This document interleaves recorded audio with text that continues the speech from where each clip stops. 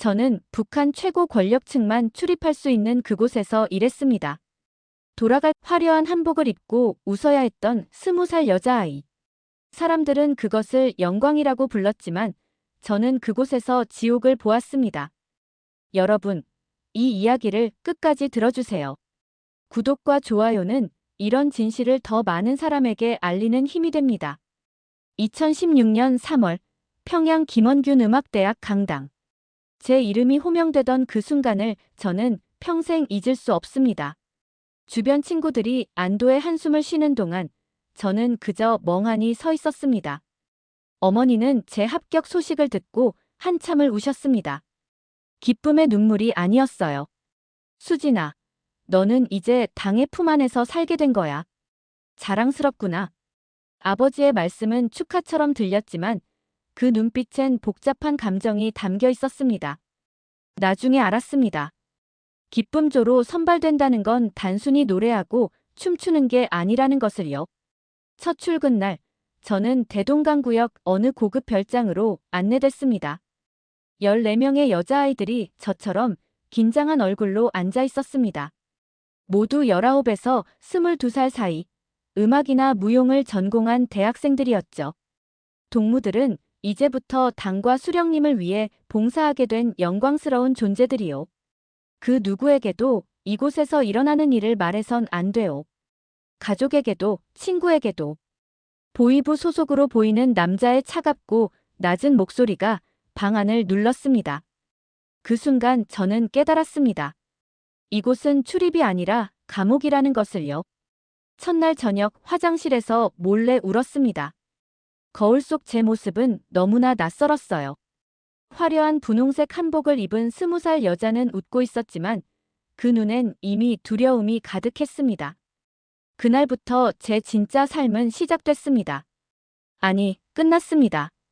제가 기쁨조로 선발되기 전 저는 평범한, 아니, 북한에서는 꽤 특권을 누리는 대학생이었습니다. 아버지는 당 간부였고 어머니는 평양 제1백화점 지배인이었죠. 성분이 좋다는 이유만으로 우리 가족은 남들이 부러워하는 삶을 살았어요. 고난의 행군 이후에도 우리 집 식탁엔 흰쌀밥이 있었습니다. 2014년 16살이던 저는 김원균 음악대학에 입학했습니다. 성악 전공이었죠. 매일 아침 6시면 일어나 김일성 동지와 김정일 동지의 초상화 앞에서 인사를 올렸습니다. 그리고 깨끗한 헝겊으로 액자를 정성껏 닦았어요. 먼지 한 점 묻으면 큰일 나니까요. 초상화 관리는 북한 주민의 가장 중요한 의무 중 하나였습니다. 대학 생활은 나름 즐거웠어요. 친구들과 함께 혁명 가극을 연습하고 주말이면 청년동맹 활동으로 대동강변 청소나 김일성 광장 제초 작업을 했죠. 봉사활동이라고 했지만 사실상 강제였어요. 안 나가면 생활총화자 비판 모임에서 비판받았으니까요. 그래도 친구들과 함께라 그럭저럭 견딜만 했습니다. 저녁이 되면 룸메이트 미경이와 방 안에서 속삭이듯 이야기를 나눴어요. 북한에서는 벽에도 귀가 있다는 말이 있었거든요. 수진아, 너 어제 그거 봤어? 미경이가 조심스럽게 물었습니다. 그거는 남한 드라마를 뜻했어요. 우리는 직접적으로 말하지 않았습니다. 혹시 모를 도청 때문에요. 응, 진짜 대박이더라. 근데 우리 학년 윤정이 알지? 걔 걸려서 제적당했대. 헐. 진짜? 무서워. USB 하나로 인생이 끝나는 게 북한이었습니다. 남한 영상물을 보다 적발되면 노동 단련대나 교화소로 보내졌어요. 가족까지 연좌제로 피해를 입었죠. 그럼에도 우리는 위험을 무릅쓰고 몰래 봤습니다. 그게 바깥 세상을 엿볼 수 있는 유일한 창이었으니까요. 화려한 서울거리, 자유롭게 말하는 사람들, 풍족한 음식. 그 모든 게 다른 세상 이야기 같았어요. 2015년 가을, 대학 3학년 때였습니다. 학교에 보위부 사람들이 나타났어요. 검은색 인민복을 입은 남자들이 강당에 모인 여학생들을 쭉 훑어봤죠. 그리고는 한 명씩 따로 불러내기 시작했습니다. 신체 검사와 가족 성분 조사였어요. 강당은 긴장감으로 가득했습니다. 화장실에서 친구들이 웅성거렸습니다. 기쁨조 선발하나 봐. 완전 무섭다. 나는 제발 안 걸렸으면 좋겠어. 들어간 애들 이야기 들어봤어? 진짜. 말끝을 흐리는 친구의 얼굴엔 두려움이 가득했어요. 기쁨조에 대한 소문은 많았지만 누구도 정확히 말하진 못했습니다. 입에 담기 무서운 이야기들이었거든요. 그때만 해도 저는 제가 선발될 거라고 생각하지 못했어요. 키가 165cm로 기준에 못 미쳤거든요. 보통 165 이상을 선호한다는 소문이었으니까요.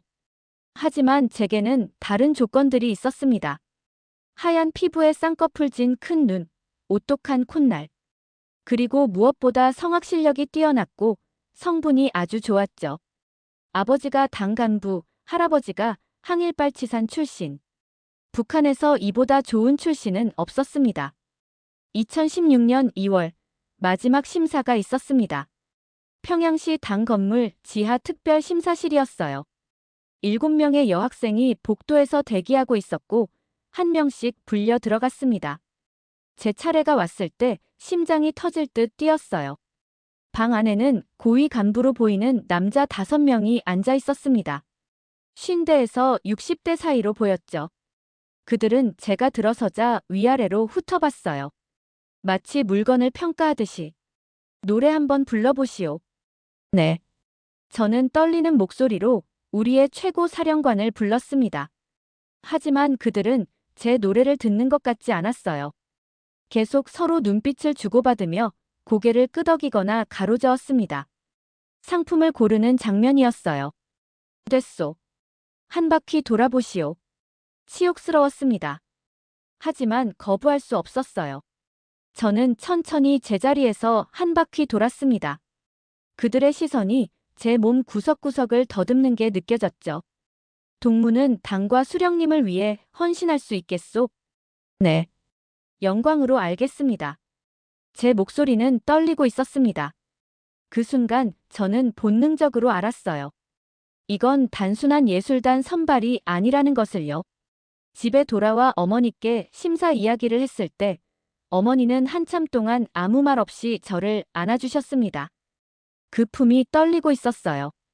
엄마, 왜 그러세요? 합격하면 영광스러운 일 아니에요? 당을 가까이에서 모시는 거잖아요. 그래, 그렇지. 영광스러운 일이야. 어머니의 목소리엔 슬픔이 묻어 있었습니다. 하지만 당시 18살이던 저는 그 의미를 이해하지 못했어요. 왜 어머니가 우시는지, 왜 아버지가 그날 밤 술을 마시며 한숨을 쉬셨는지요. 3월 합격 통보를 받았습니다. 제 인생에서 가장 불행한 날이었습니다. 기쁨조 훈련은 입대 첫날부터 시작됐습니다. 대동강구역 고급 별장 지하에는 댄스 연습실이 있었어요. 거울로 뒤덮인 30평 정도 되는 공간. 그곳에서 우리는 매일 6시간씩 춤과 노래를 연습했습니다. 동작이 왜 이렇게 굼떠? 다시. 중년의 여자 교관이 소리를 질렀습니다. 저희는 이미 땀으로 범벅이 된 채 같은 동작을 10번도 넘게 반복하고 있었어요. 발목이 아파서 비명을 삼켰지만 멈출 수 없었습니다. 멈추면 맞았거든요. 웃어. 수령님 앞에서 슬픈 표정을 지을 거야. 억지로 입꼬리를 올렸습니다. 거울 속 제 모습은 광대 같았어요. 눈물이 흐르는데 웃고 있는 얼굴. 그게 기쁨조가 배워야 하는 첫 번째 기술이었습니다. 훈련이 끝나면 저녁 8시. 우리는 지쳐서 방에 들어가 쓰러졌습니다. 하지만 잠들 순 없었어요. 밤 10시면 또 다른 수업이 있었거든요. 봉사교육이라고 불렀습니다. 동무들은 수령님과 당 간부들을 모시는 영광스러운 임무를 맡게 될 것이오. 그들이 편안하게 쉬실 수 있도록 최선을 다해야 하오. 무슨 뜻인지는 모두가 알았습니다. 하지만 아무도 입 밖에 내지 않았어요. 첫 봉사는 훈련 시작 3주 뒤에 시작됐습니다. 2016년 4월, 김일성 생일 전날이었죠. 저는 14명 중 5명에 포함됐어요. 만수대 의사당 옆 고급 별장으로 이동했습니다. 김수진 동무는 사무실로 가시오. 복도는 이상할 정도로 조용했습니다.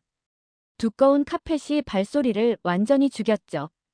사무실 문을 열자 거대한 침대와 술상이 차려진 방이 나타났어요. 그리고 그곳엔 50대 후반으로 보이는 당 간부가 앉아 있었습니다. 왔소? 수고했소. 술이나 한잔 하시오. 저는 그날 밤 무슨 일이 일어났는지 자세히 말씀드릴 순 없어요. 다만 새벽 4시에 숙소로 돌아왔을 때 저는 샤워실에서 1시간 동안 몸을 문질렀다는 것만 말씀드릴게요. 피부가 벗겨져도 더러움이 지워지지 않는 것 같았습니다. 며칠 뒤 같은 조였던 은희가 사라졌습니다. 거부했다가 쫓겨난 거예요. 일주일 뒤 들은 소식은 충격적이었습니다. 은희네 부모님이 정치범수용소로 보내졌다고요. 반당 반혁명 죄였습니다. 그날 이후 저는 아무것도 거부하지 못했어요. 거부하는 순간 우리 가족 모두가 끝장나니까요. 북한에서 가족은 인질이었습니다. 2016년 가을, 저는 32살 당 간부의 전담이 됐습니다. 매주 금요일 밤, 그는 저를 불렀어요. 술에 취한 그가 가끔 말했습니다. 수진이, 너는 운이 좋은 거야. 나 같은 사람을 만나서. 다른 동무들은 매번 다른 사람을 상대해야 하잖아. 저는 그 말을 들으며 웃어야 했습니다. 웃지 않으면 맞았으니까요. 그렇게 1년이 흘렀습니다. 거울 속 21살 제 얼굴엔 더 이상 빛이 없었어요. 2017년 6월, 제 인생을 바꾼 사건이 일어났습니다. 저를 담당하던 그 간부가 술에 취해 USB 하나를 떨어뜨렸어요. 그가 화장실에 간 사이, 저는 그걸 주웠습니다. 호기심에 노트북에 꽂았죠. 거기엔 남한 다큐멘터리들이 있었어요. 북한 정치범수용소에 관한 것, 탈북자 인터뷰, 그리고 남한의 실제 생활 모습. 저는 숨을 죽이고 화면을 봤습니다. 시간이 멈춘 것 같았어요. 수용소에선 하루 옥수수 알갱이 200개로 버텨야 했습니다. 사람들이 쥐를 잡아먹었어요. 화면 속 탈북자 아저씨의 증언을 들으며 저는 전율했습니다. 우리가 배운 것과 완전히 달랐어요. 남한은 지옥이 아니었습니다. 오히려 북한이 지옥이었구나. 그 깨달음은 충격이었습니다. 21년 동안 믿었던 모든 게 거짓이었어요. 저는 그날 밤 USB를 몰래 가져왔습니다. 위험한 일이었지만 그럴 수밖에 없었어요. 더 알고 싶었거든요. 한 달 동안 저는 틈날 때마다 그 영상들을 봤습니다. 보면 볼수록 분노가 치밀었어요. 우리는 속고 있었어요. 세상에서 가장 불쌍한 사람들이면서 가장 행복하다고 믿고 있었던 거죠. 하지만 단순히 진실을 알았다고 탈북을 결심한 건 아니었습니다. 결정적 계기는 따로 있었어요. 2017년 9월, 같은 조였던 민정이가 임신했습니다. 22살이었죠. 아이 아버지는 당연히 그녀를 담당하던 간부였어요. 하지만 그는 책임을 지지 않았습니다. 낙태해. 이건 명령이야. 민정은 울면서 거부했어요. 생명을 죽일 순 없다고. 그러자 그들은 강제로 끌고 갔습니다. 병원도 아니었어요. 별장 안의무실이었죠. 으아! 벽 너머로 들리는 비명을 듣는 내내 저는 손톱으로 손바닥을 긁었습니다. 피가 났지만 아프지 않았어요. 민정의 고통에 비하면 아무것도 아니었으니까요. 다음 날 민정은 죽은 듯한 얼굴로 돌아왔습니다. 그리고 일주일 뒤 그녀는 목을 맸습니다. 우리 숙소 샤워실에서요. 사고사 처리할 거요. 가족들한테는 심장마비라고 통보하시오. 보위부 사람들이 민정의 시신을 치우는 걸 보며 저는 결심했습니다. 이곳에서 나가야 한다고. 이곳에 남으면 저도 민정이처럼 죽거나 아니면 이미 죽은 것처럼 살게 될 거라고요. 하지만 탈출은 쉽지 않았습니다. 기쁨조는 항상 감시받았거든요. 외출도 단체로만 가능했고 보위부 요원이 항상 따라붙었어요. 개인 휴대전화도 없었습니다. 완전히 고립된 상태였죠. 그래도 방법을 찾아야 했습니다. 2017년 10월부터 저는 조금씩 준비하기 시작했어요. 몰래 돈을 모았습니다. 담당 간부가 주는 선물을 장마당에 내다 팔았죠. 6개월 동안 모은 돈이 중국 돈으로 2,000위안 정도였어요.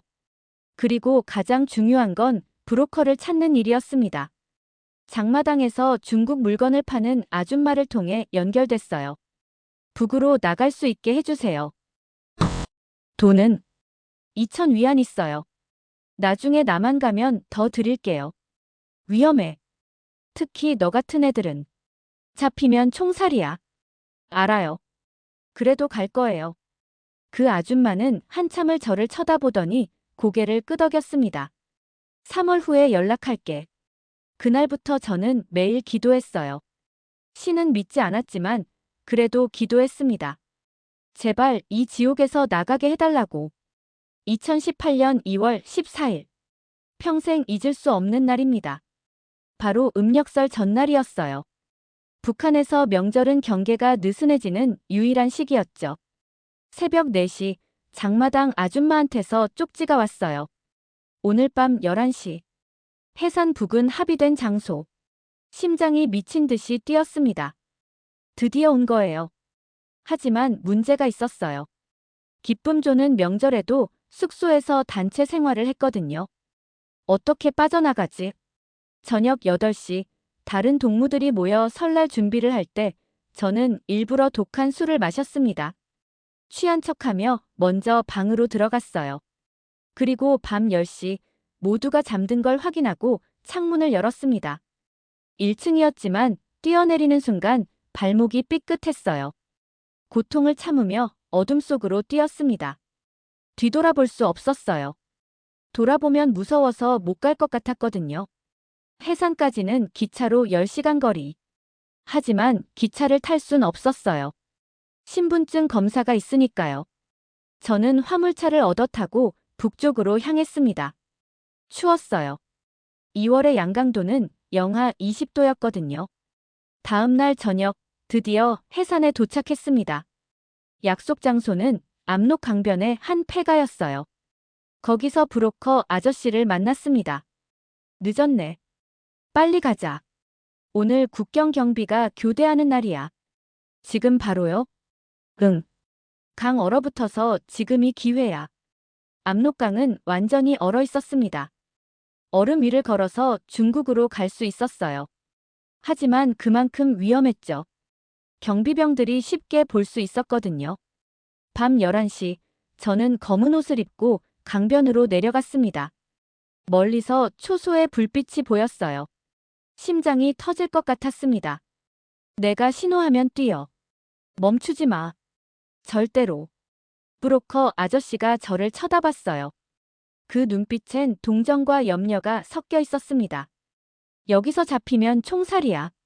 알지? 네. 그래도 갈 거야? 네. 갈 거예요. 착한 애네. 살아라. 그가 손을 들었습니다. 그리고 내렸어요. 저는 얼음 위로 뛰어들었습니다. 발밑에서 얼음 깨지는 소리가 들렸어요. 아니, 그건 제 심장 소리였을지도 몰라요. 중간쯤 갔을 때 뒤에서 고함이 들렸습니다. 멈춰. 거기 누구야? 초소에서 경비병이 뛰어나왔어요. 손전등 불빛이 제 등을 비췄습니다. 저는 미친 듯이 뛰었어요.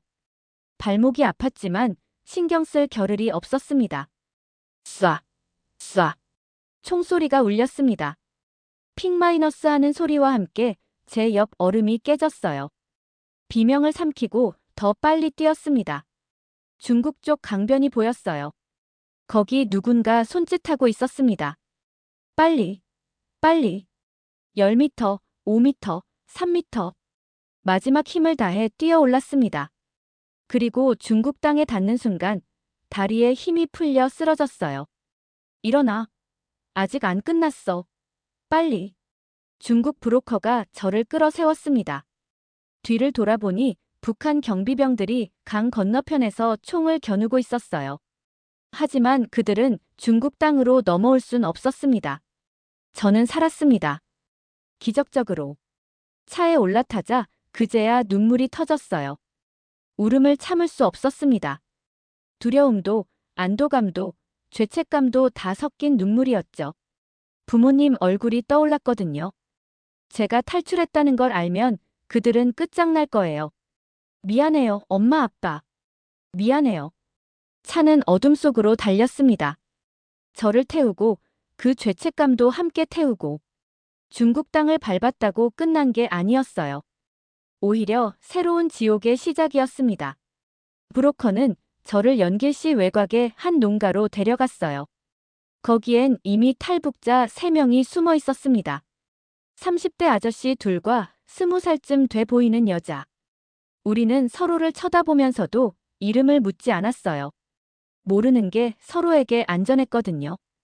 여기서 한 달 있어야 해. 절대 밖에 나가지 마. 중국 공안한테 걸리면 북으로 강제 송환이야. 중국 브로커의 말에 저희는 고개를 끄덕였습니다. 강제 송환은 곧 정치 범수용소나 공개 처형을 의미했어요. 그 농가는 좁고 춥고 어두웠습니다. 창문엔 검은 천이 쳐져 있어서 낮인지 밤인지도 구분이 안 됐죠. 하루 두 끼 옥수수죽과 김치가 전부였어요. 하지만 불평할 수 없었습니다. 살아있다는 것만으로도 감사했으니까요. 2018년 3월 2일, 20일째 되던 날이었어요. 새벽 4시쯤 밖에서 차 소리가 들렸습니다. 평소와 다른 소리였어요. 여러 대였거든요. 일어나. 공안이야. 브로커가 뛰어들어왔습니다. 저희는 황급히 뒷문으로 뛰쳐나갔어요. 하지만 늦었습니다. 집은 이미 공안들에게 포위돼 있었어요. 움직이지 마. 손전등 불빛이 일제히 저희를 비췄습니다. 저는 그 순간 모든 게 끝났다고 생각했어요. 북으로 보내지겠구나. 그때였어요. 옆에 있던 30대 아저씨가 갑자기 공안 쪽으로 달려들었습니다. 도망쳐. 빨리. 그는 목숨을 걸고 시간을 벌어줬어요. 저는 다른 탈북자 둘과 함께 어둠 속으로 뛰었습니다. 뒤에서 몸싸움 소리와 비명이 들렸지만 돌아볼 수 없었어요. 우리는 옥수수밭으로 숨어들었습니다. 3월의 중국 동북부는 여전히 추웠어요. 얇은 옷만 걸친 채 옥수수대 사이에서 벌벌 떨며 숨었죠. 공안들의 손전등 불빛이 주변을 훑었습니다. 1시간쯤 지났을까요? 그들이 철수하는 소리가 들렸어요. 하지만 우리는 움직이지 못했습니다. 함정일 수도 있었거든요. 동이 틀 때까지 기다렸어요. 그리고 조심스럽게 밭을 빠져나왔습니다. 같이 있던 여자가 울고 있었어요. 저 아저씨. 우리 살리려고. 우린 아무 말도 못했습니다. 그 아저씨는 아마 북으로 송환됐을 거예요. 우리를 살리기 위해 자신을 희생한 거죠. 도시로 들어갈 순 없었어요. 중국 공안들이 수배령을 내렸을 테니까요. 우리는 산속을 헤맸습니다. 사흘 동안 거의 아무것도 먹지 못했어요. 풀뿌리와 나무 껍질로 버텼죠. 4일째 되던 날 조선족 할머니를 만났습니다. 산에 나물 캐러 오신 분이었어요. 아이고 너희들. 탈북자구나. 저희는 무릎 꿇고 빌었어요. 할머니 살려주세요. 잡히면 죽어요. 할머니는 한참을 우리를 보시더니 한숨을 쉬셨습니다. 우리 집으로 가자. 빨리. 그 할머니는 천사였어요. 집 지하 창고에 우리를 숨겨주시고 밥을 갖다 주셨습니다. 2주 동안 거기 숨어 있으면서 새 브로커를 연결해 주셨죠. 남쪽으로 가야 해. 광저우 쪽으로. 거기서 태국으로 가는 루트가 있어. 새 브로커는 젊은 조선족 청년이었어요. 그는 우리를 화물차에 숨겨 남쪽으로 데려갔습니다. 2000km가 넘는 거리였죠. 일주일 동안 저는 화물 상자 사이에 숨어 있었어요. 화장실도 제대로 못 갔습니다. 먹는 것도 빵 한 조각, 물 한 모금이 전부였죠. 사람이 아니라 짐처럼 옮겨졌어요. 하지만 참았습니다. 이것만 넘으면 자유에 한 걸음 더 가까워지니까요. 광저우에 도착했을 때 저는 거의 인사불성이었어요. 일주일 만에 몸무게가 10kg 빠졌고 탈수 증상도 심했습니다. 이틀 쉬고 태국으로 출발할 거야. 견딜 수 있겠어? 네. 견딜 수 있어요. 죽지 않는 한 계속 갈 거였어요. 돌아갈 곳은 없었으니까요. 2018년 4월 5일, 저는 가짜 중국 여권을 받았습니다. 사진 속 제 얼굴은 낯설었어요. 머리를 짧게 자르고 갈색으로 염색했거든요. 이름도 바뀌었죠. 리메이징. 그게 제 새 이름이었습니다. 비행기 타고 방콕 가. 거기서 대사관 가서 망명 신청하면 돼. 비행기요? 저 비행기 처음인데요. 괜찮아. 조용히 앉아만 있으면 돼. 입국 심사 때 말 시키면 중국어로 여행나고만 해. 심장이 쿵쿵거렸어요. 가짜 여권으로 공항을 통과한다는 게 너무 무서웠습니다. 잡히면 어떻게 하지? 중국 감옥에 갇히는 건 아닐까? 광저우 공항은 상상했던 것보다 훨씬 컸어요. 사람들이 너무 많았죠. 저는 브로커가 시킨 대로 행동했습니다. 최대한 자연스럽게 관광객처럼. 출국 심사대 앞에 섰을 때 다리가 후들거렸어요. 심사관이 제 여권을 받아들었습니다. 컴퓨터를 보더니 저를 쳐다봤어요. 어디 가요? 여행. 목소리가 떨렸지만 어쩔 수 없었어요. 심사관이 다시 여권을 보고 저를 보고 또 여권을 봤습니다. 시간이 멈춘 것 같았어요. 딱. 도장 찍는 소리가 들렸습니다. 가세요. 통과했어요. 저는 믿을 수가 없었습니다. 브로커가 웃으며 엄지를 들어 보였어요. 비행기에 오르는 건 정말 신기한 경험이었어요. 평생 하늘을 날 거라곤 상상도 못했거든요. 북한에선 비행기는 간부들만 타는 거였으니까요. 창밖으로 구름이 보였습니다. 너무 아름다웠어요. 살아서 이런 걸 볼 수 있다니. 눈물이 났습니다. 4시간 뒤 방콕에 도착했어요. 입국 심사는 더 쉬웠습니다. 관광객 스탬프를 받고 나왔죠. 공항 밖으로 나오자 뜨거운 열기가 확 밀려왔어요. 4월의 태국은 정말 더웠습니다. 이제 한국 대사관 가면 돼. 여기서 택시 타. 브로커가 종이에 태국어로 뭔가 적어줬어요. 대사관 주소였죠. 혼자 갈 수 있겠어? 네. 정말 감사했어요. 살아. 잘 살아. 그는 그렇게 떠났고 저는 혼자가 됐습니다. 태국 한복판에서 아무것도 모르는 채로 택시 기사에게 종이를 보여줬어요. 그는 고개를 끄덕이고 출발했습니다. 30분쯤 달렸을까요? 큰 건물 앞에 멈춰 섰어요. 입구에 태극기가 보였습니다. 태극기. 그 순간 눈물이 터졌어요. 정말로 여기까지 온 거예요. 저는 비틀거리며 대사관 정문으로 걸어갔습니다. 저 북한에서 왔어요. 망명 신청하고 싶어요.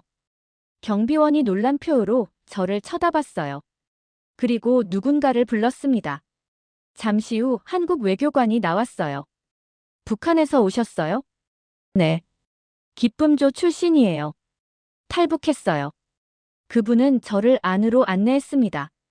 에어컨이 나오는 시원한 공간. 그리고 한국어를 쓰는 사람들.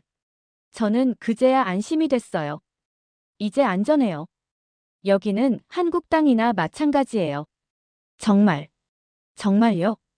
네. 수고하셨어요. 그 말에 저는 바닥에 주저앉아 울었습니다. 북한을 탈출한 지 2달. 죽을 뻔한 순간이 10번도 넘었어요. 하지만 살아남았습니다. 다음 날부터 신문 조사가 시작됐어요. 일주일 동안 한국 정보기관 사람들이 제 신원을 확인했죠.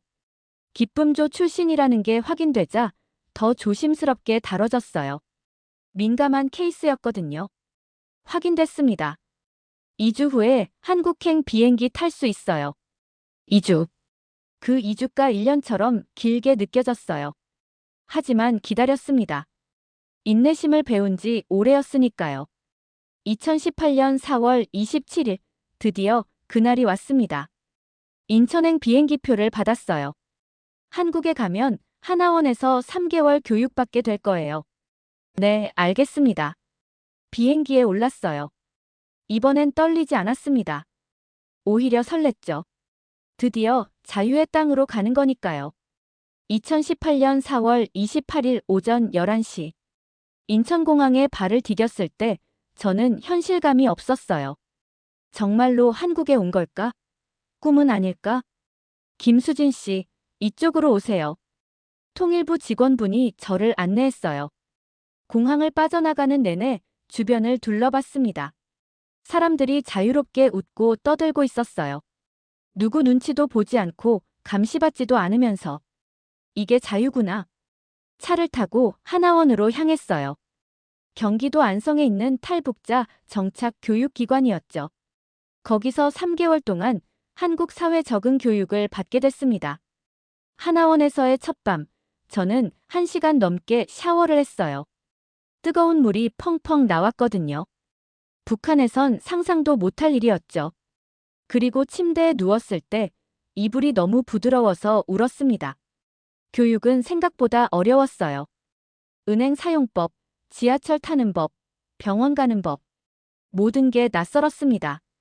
특히 스마트폰 사용법을 배울 땐 정말 충격이었어요. 이걸로 세상 모든 정보를 볼 수 있다고요? 네. 검색만 하면 돼요. 김정은을 검색해봤어요. 엄청나게 많은 기사가 나왔습니다. 비판하는 글도 풍자하는 그림도 있었죠. 북한이었으면 바로 정치 범수용 소감인데 저는 자유의 무게를 실감했습니다. 3개월 후 드디어 하나원을 나왔어요. 정부에서 지원금도 받았고 서울의 원룸도 얻을 수 있었습니다. 21살, 새로운 인생의 시작이었죠. 하지만 적응은 쉽지 않았어요. 편의점 알바를 구했는데 계산기 사용법도 몰라서 혼났습니다. 손님들이 빨리 계산하라고 재촉할 때마다 식은땀이 났어요.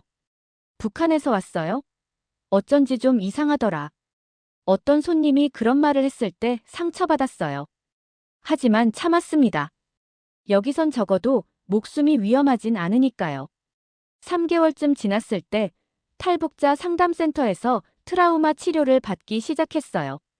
기쁨조 시절의 악몽 때문에 잠을 못 잤거든요. 매일 밤 그 별장, 그 사람들의 얼굴이 나타났습니다.